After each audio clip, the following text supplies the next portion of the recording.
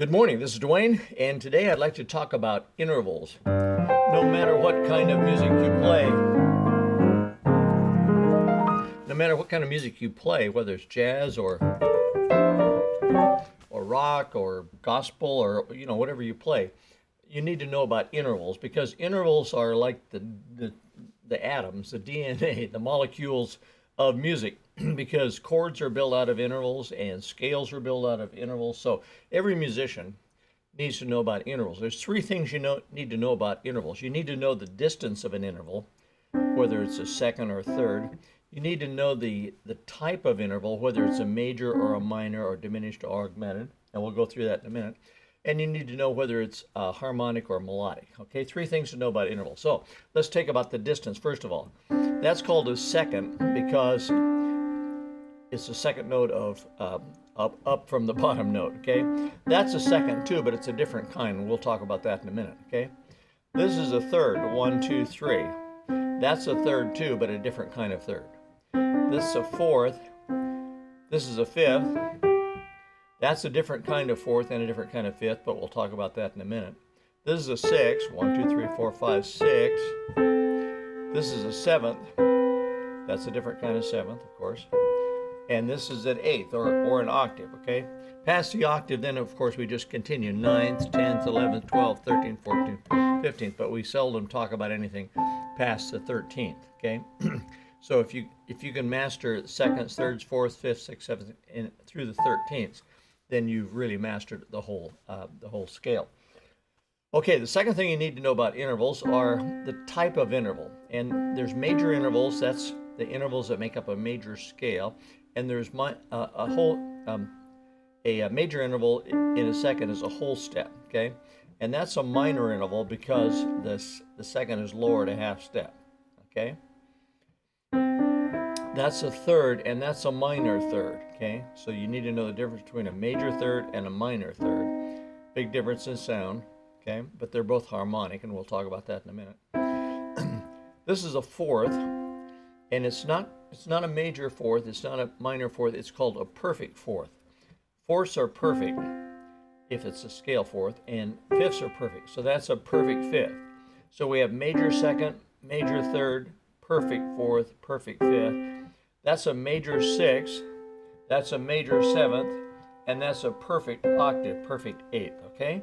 So in a major scale, all we have is major intervals and perfect intervals. We don't have any minor, augmented, or diminished intervals in a major scale.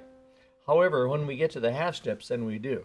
For example, that's a minor second, that's a minor third, okay?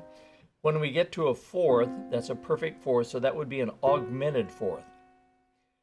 That's a perfect fifth, that would be a diminished fifth, okay? So we don't call it minor, we call it diminished when we're dealing with perfect intervals.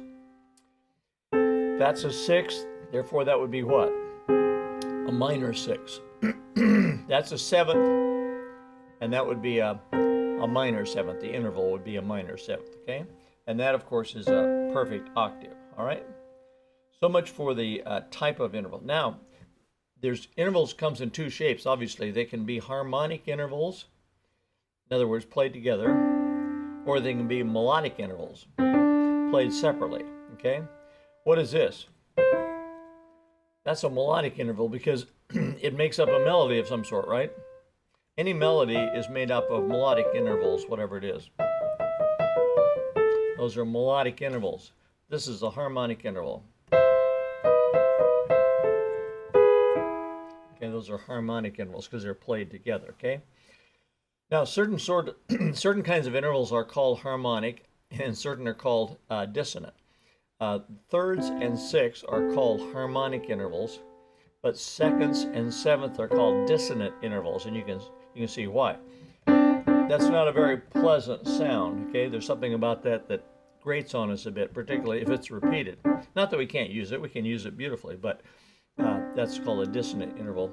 But thirds and sixths are the harmonic intervals. So if you're going to harmonize something, what are you going to use? You're going to use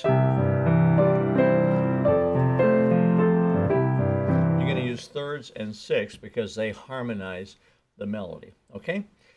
So that's it for intervals. So get a grasp on the number names of intervals, seconds, thirds, fourths, fifths, the kind, whether they're major or minor or augmented or diminished, and whether they're melodic or harmonic, and whether they're harmonic intervals like that or dissonant intervals like that.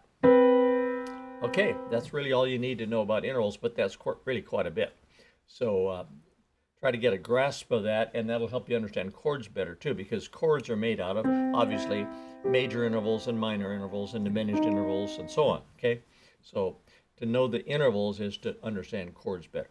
So that's it for today. If you like this sort of thing, come on over to playpiano.com and sign up for our free newsletter. We cover all kinds of chords and chord progressions and music theory of various sorts like this every day. So sign up for that, and we'll see you tomorrow with another video. So bye-bye for now.